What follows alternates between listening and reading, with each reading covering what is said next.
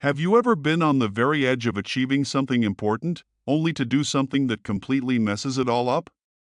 You procrastinate on the final step of a huge project. You pick a pointless argument with someone you love right before a happy event. You forget a crucial deadline that you had marked on your calendar a dozen times. It's not bad luck. And it's not because you're lazy or incompetent. What if I told you that these acts of self-destruction are actually a deliberate, unconscious strategy? Your own mind is secretly working against your best interests, and you don't even see it happening. Today, we're pulling back the curtain on why you self-sabotage, and more importantly, how to finally stop it. First up is one of the most common and paradoxical reasons for self-sabotage: a deep, unconscious fear of success. This sounds completely backward, right? Who would be afraid of succeeding? But think about it. Your current situation, even if it's not ideal, is familiar. You know the rules. You know the players. You know what to expect. Success, on the other hand, is a journey into the unknown. It brings with it higher stakes, greater visibility, and a whole new set of expectations from yourself and from others. Your brain, which is wired for survival, often interprets this unknown territory as a threat. Psychologically, it's called arrival anxiety. The comfort of striving for a goal is replaced by the pressure of having to maintain it. What if you get the promotion and can't handle the new responsibilities? What if you publish your book and everyone hates it? What if you finally get into that healthy relationship and you mess it up? The fear of this new, higher-level failure can be so paralyzing that your subconscious mind decides it's safer to just stay put. So, it engineers a failure now to avoid the possibility of a bigger one later. Imagine you're a talented musician who has spent years playing in small, local bars. You dream of getting a record deal.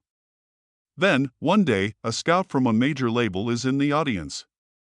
They love your set and invite you to a formal audition. This is it. The moment you've been waiting for. But in the week leading up to the audition, you suddenly lose your motivation to practice. You stay out late the night before, and you show up to the audition tired and unprepared. You play a sloppy set, and the opportunity vanishes. You tell yourself it just wasn't meant to be, but the truth is, your mind sabotaged you to protect you from the terrifying possibility of fame, pressure, and the potential to fail on a much bigger stage. So, how do you stop this? The key is to make success feel less threatening. Start by visualizing what success actually looks like, in detail. Don't just imagine getting the promotion, imagine your new daily routine, the specific tasks you'll handle, and the positive interactions you'll have with your new team. Break down the new responsibilities into tiny, manageable steps.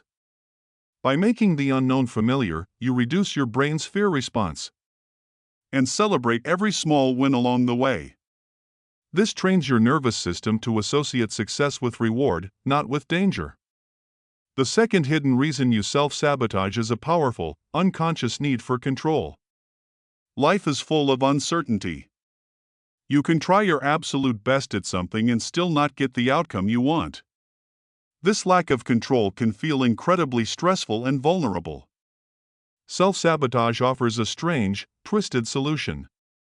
By intentionally causing your own failure, you seize control of the narrative. You decide when and how you fail. It's a preemptive strike. The psychological logic goes like this: if I'm going to fail anyway, I'd rather it be on my own terms. Failing because you didn't try feels far less painful to the ego than failing after you gave it your all. It gives you a built-in excuse. You can tell yourself, I could have succeeded if I had really tried. This illusion of control protects you from the raw, painful feeling of inadequacy that can come from trying your best and still falling short. Think about someone starting a new fitness journey. They buy the gym membership, the new clothes, and they meal prep for the first week. They're motivated. But then, a few weeks in, just as they're starting to see progress, they accidentally order a pizza after a stressful day at work. Then it happens again. Soon, they've abandoned their diet and stopped going to the gym altogether. Why? Because the slow, uncertain path of transformation is terrifying. What if they do all this work and still don't get the body they want? By giving up, they control the outcome. They can say, the diet was just too restrictive, or I didn't have time. They failed on their own terms, avoiding the vulnerability of the long, uncertain road ahead. To break this pattern, you must learn to embrace uncertainty. Focus on the process, not the outcome. You can't control whether you get the job, but you can control how well you prepare for the interview. You can't control whether your business becomes $1 million company, but you can control the effort you put in today. Redefine failure not as a final verdict on your worth, but as a data point. It's simply information telling you what to adjust for the next attempt. When you see failure as a teacher instead of a judge, the need to control the outcome by sabotaging yourself simply fades away. Coming in at number 3 is a deeply ingrained belief that you are fundamentally unworthy of good things. This is often linked to what's known as imposter syndrome. Deep down, you carry a core belief that you are not good enough, smart enough, or deserving enough for success, love, or happiness. So, when something good actually happens, you get praise at work, you meet a wonderful partner, you achieve a personal goal, it creates a painful internal conflict. Psychologists call this cognitive dissonance. Your external reality, I am succeeding, is clashing with your internal belief, I am a fraud who doesn't deserve this. This dissonance is incredibly uncomfortable, and your mind will do anything to resolve it. The easiest way? Sabotage the success. By failing, you bring your external reality back into alignment with your negative self-image. It's a painful but familiar feeling. It proves your inner critic right, and in a strange way, that feels like coming home. You think, see? I knew I couldn't handle it. I knew it was too good to be true. Imagine a student who has always felt they were bad at math. Through sheer hard work, they start acing their tests in a difficult calculus class. Their professor praises them. They are on track for a top grade. But as the final exam approaches, their anxiety skyrockets. They start thinking, I just got lucky on the other tests. I'm going to be exposed as a fraud on the final. This belief is so strong that they can't bring themselves to study effectively.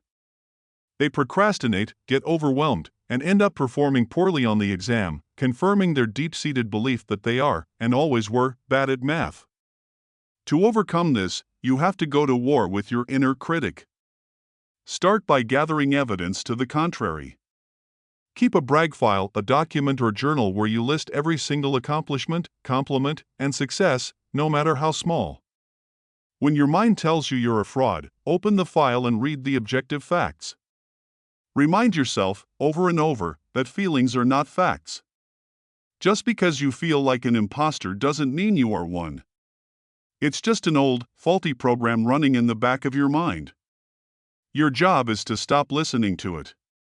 The fourth reason for self-sabotage is deceptively simple: your brain loves the comfort of the familiar. The human mind is a creature of habit. It's designed to conserve energy by creating shortcuts and running on autopilot. Your comfort zone is the ultimate autopilot mode. Even if your comfort zone is a place of unhappiness, a dead-end job, a toxic relationship, an unhealthy lifestyle, it is, above all, predictable. You know what to expect each day. The pain is a familiar pain. Success, by its very nature, forces you out of this zone. It demands growth, change, and adaptation.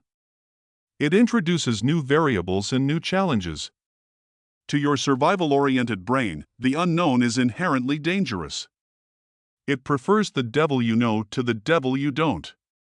Self-sabotage is the emergency brake your brain pulls to keep you from venturing too far into this scary, unfamiliar territory. It keeps you stuck, but it also keeps you safe. Think of someone who complains constantly about being single and lonely. They go on dating apps and get matches with interesting, kind people. They set up a date. But on the day of the date, they invent a reason to cancel. I'm too tired, or I'm not really feeling it. They do this again and again. While they consciously crave a relationship, the actual process of dating, the vulnerability, the potential for rejection, the effort of getting to know someone is far outside their comfort zone of being alone. Sabotaging the dates is easier. It allows them to retreat to the familiar, predictable loneliness they claim to hate, but which their subconscious mind finds safe. The way out is to gently and intentionally expand your comfort zone, one tiny step at a time. If you're afraid of public speaking, don't sign up to give a keynote address. Start by just speaking up once in a low-stakes meeting. If you're afraid of a new job, don't quit your old one cold turkey. Maybe take an online course related to the new field first. These small acts of courage build your tolerance for discomfort and prove to your brain that the unknown isn't always a threat. It's simply a place where growth happens. Finally, the fifth and most subtle reason for self-sabotage is a hidden sense of loyalty or guilt. This one is tricky because it's often tied to our love for others. If you grew up in a family or community where people struggled, your success can trigger a strange form of survivor's guilt.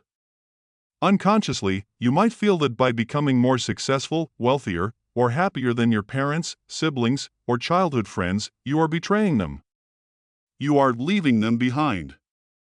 This creates a powerful internal conflict. Your drive to succeed is at war with your deep-seated need for belonging and loyalty to your tribe. To resolve this, your subconscious mind might hold you back. You sabotage your own progress to maintain a sense of connection and to avoid the guilt of surpassing those you care about. You stay on their level to prove you're still one of them. Consider the first person in their family to ever go to university. They're brilliant and have a bright future. But they find themselves skipping classes, not turning in assignments, and on the verge of failing out. It's not because the work is too hard. It's because every time they get a good grade, they feel a pang of guilt, thinking about their siblings who didn't get the same opportunity. They feel like an outsider in their own family. By failing, they unconsciously erase the difference and relieve the psychological tension of being the one who got out. Overcoming this requires a conscious reframing of what your success means. Your success is not a betrayal. It does not diminish the people you love. In fact, it can be a source of inspiration and create new possibilities for everyone. See your success as a way to honor the sacrifices they made, and as a tool to lift others up with you. Talk about these feelings. Sharing your guilt with a trusted family member or friend can often dissolve it. They will likely tell you what you need to hear, they are proud of you, and they want you to fly. Remember, this video is for educational and entertainment purposes only and is not a substitute for professional advice. If you're struggling deeply with these patterns, speaking with a therapist or counselor can be an incredibly powerful step. So, what's the common thread here? Self-sabotage isn't a character flaw. It's a misguided form of self-protection. It's your brain trying to keep you safe from what it perceives as danger, the pressure of success, the pain of failure, the discomfort of the unknown, or the guilt of leaving others behind. It's a faulty survival mechanism that's outlived its usefulness. The key to stopping it isn't to fight yourself or to feel shame. It's to approach yourself with curiosity. To recognize the pattern, understand its root cause, and then consciously choose a different, more constructive response. It's about teaching your mind that you are safe, you are worthy, and you are capable of handling the wonderful things that life has in store for you. Now, I want to hear from you. Out of all the reasons we talked about today, the fear of success, the need for control, low self-worth, the comfort zone, or loyalty and guilt, which one resonated with you the most? Share your experience in the comments below. Recognizing the pattern is the first step to breaking it, and your story might just be the thing someone else needs to read today.